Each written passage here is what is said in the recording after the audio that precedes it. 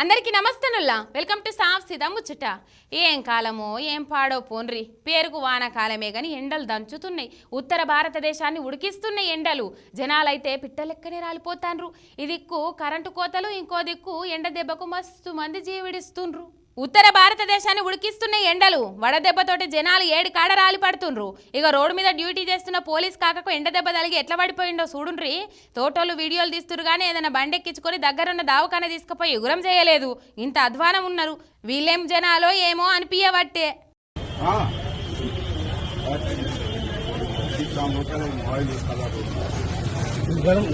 mobile hang कर रहे हैं, गर्म